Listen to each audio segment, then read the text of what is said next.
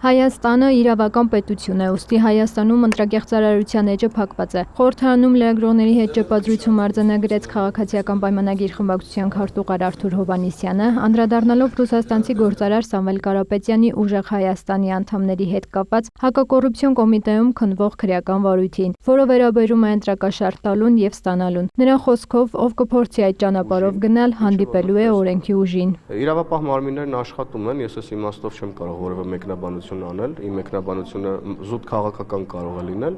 այն առումով, որ օրենքի առաջ բոլորը հավասար են եւ բոլորը պատասխան են տալու առանց որևէ կարգավիճակի։ Հովհաննիսյանը անդրադարձավ նաեւ ուժեղ Հայաստանի անդամների հայտարարություններին, թե ընտրակաշառք տալու եւ ստանալու համար մեղադրվում են նաեւ կերակրող մայրերը։ Նկատեց օրենքը որևէ կարգավիճակ չի ճանաչում։ Կերակրող մոր կամ կնոջ կարգավիճակը հաշվի չառնելով նրանց դրդում են տարբեր տեսակի հանցանքների ընտրական զեղծարարության մասին է խոսքը, հետո գալիս են ասում են, թե բա գիտեք, ուրեմն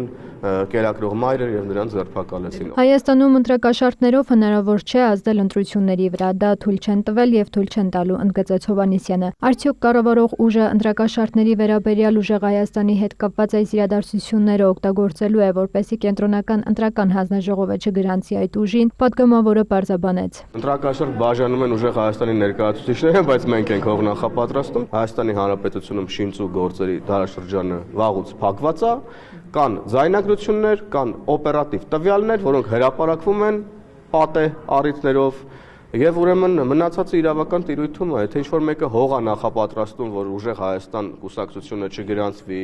կամ գնա եւ տապալվի ընտրություններին, այդ միակ հող նախապատրաստող հենց իրենք են, իրենց գործողություններով, իրենց հայերեն չիմացող առաջնորդով։ Հովհաննիսյանը չի բացառում, որ դրսից, օրինակ Ռուսաստանից անօրինական կերպով փողեր են մուտք գործում, որ հետո օգտագործվեն ընտրական գործընթացներում։ Նկատեց, ընտրակաշառքների վերաբերյալ այս բացահայտումներն էլ այն մասին են, որ մարդիկ ուզում են փող բաժանեն։ Սահմանադրական բարեփոխումների մասին։ Ըստ Հովհաննիսյանի, արդարադատության ոլորտում մի շարք ինստիտուցիոնալ փոփոխություններ են իրականացվել։ Դրանք տեղ-տեղ տվել են իրենց արդյունքները, բայց մեծ հաշվով կառավարող ուժն այդ արդյունքներից գոչ է։ Մեր գոհ չլինելը հատկապես արտահայտվում է ժողովրդի հետ մեր խոսակցություններում, ուրեմն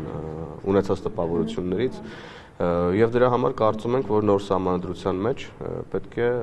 կարդինալ փոփոխություններ արվեն։ Այս իմաստով մասնավորապես երթվել ատենակալների ինստիտուտի իմաստով, որպեսզի մենք կարողանանք ունենալ այնպիսի արդարադատության համակարգ, որ ուրեմն թե մենք, թե Հայաստանի Հանրապետության քաղաքացիները գոհ լինեն